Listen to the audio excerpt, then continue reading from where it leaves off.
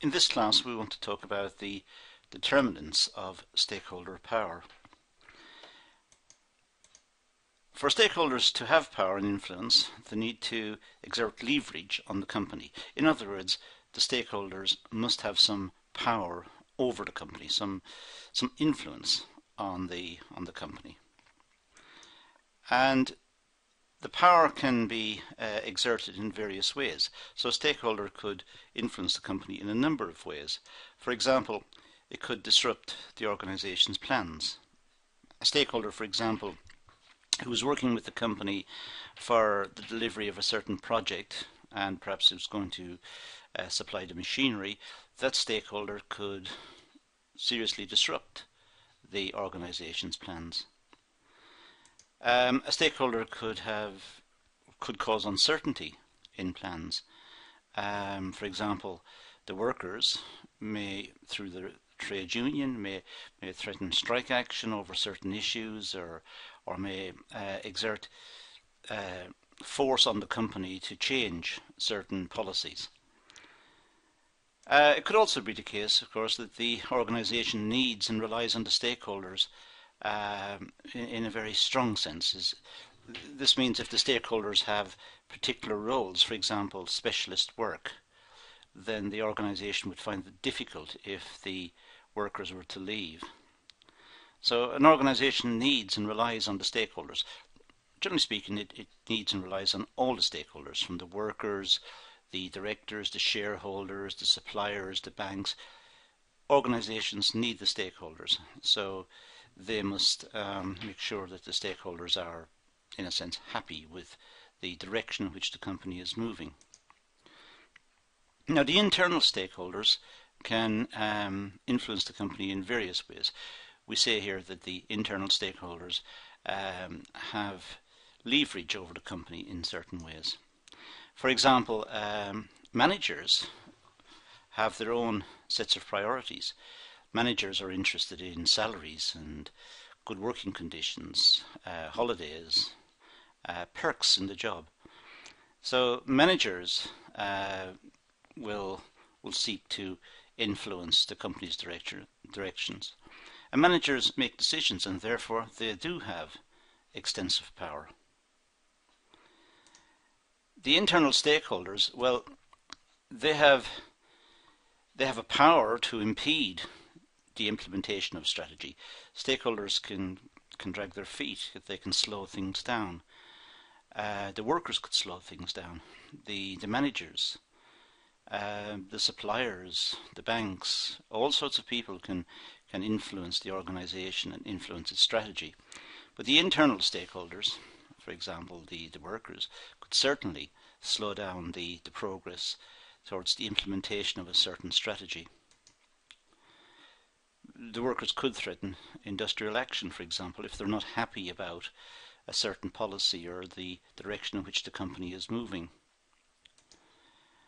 A manager could threaten to resign, and perhaps the manager is a powerful manager, is someone who has expert knowledge of the business and has much experience in the area. Then that manager perhaps could again influence the business, influence the direction of the business through the power of simply saying that he or she wants to resign. Workers could refuse to be relocated if the business was thinking of moving to a certain area. The workers would say, well, we're not moving, we like the area here, our families are settled here, we have children at school, we have our parents living in this area, so we're not moving. And again, there is an influence on the business.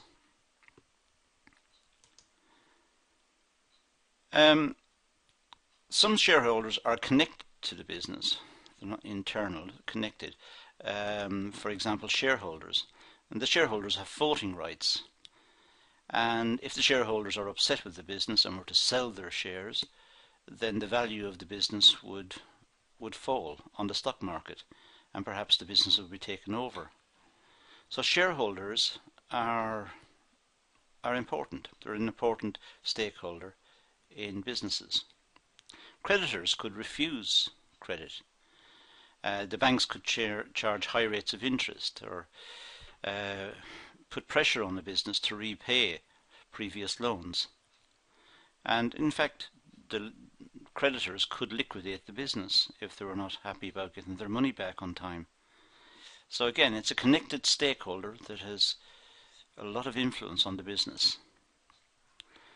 The suppliers for raw materials and the suppliers for specialist machinery, or just generally the suppliers to the business, could refuse credit, in which case the business will have to find the cash, find the capital up front to pay for its supplies, and that means it may have a cash flow problem.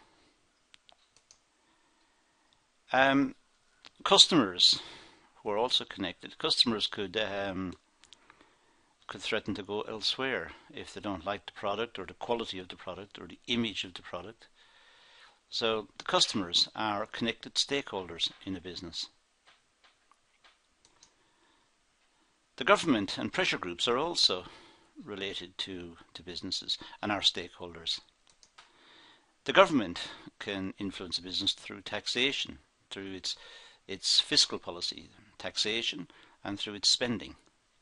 Perhaps it's spending in a local area, perhaps it's improving the area. It's a stakeholder. It's a stakeholder in all the businesses. The government could take legal action against the business if it believes the business is operating badly, perhaps dangerously to the community, or it's polluting the atmosphere, or it's causing distress within the community.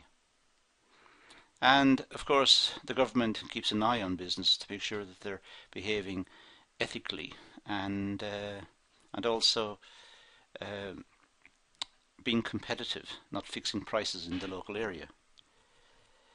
The community and pleasure groups, they can influence a business through publicising the business's activities, particularly the business's activities that they regard as unacceptable.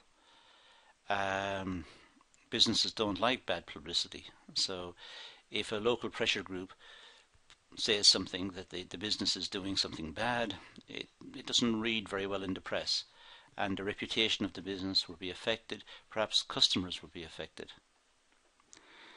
There is also political pressure for changes in the law, and if the law changes, the law affects the business.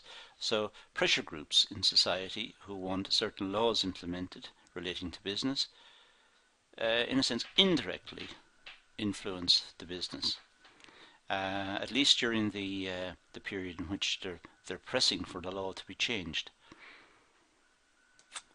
The customers, as I said earlier, could refuse to buy the goods and services, and pressure groups can form customers into groups who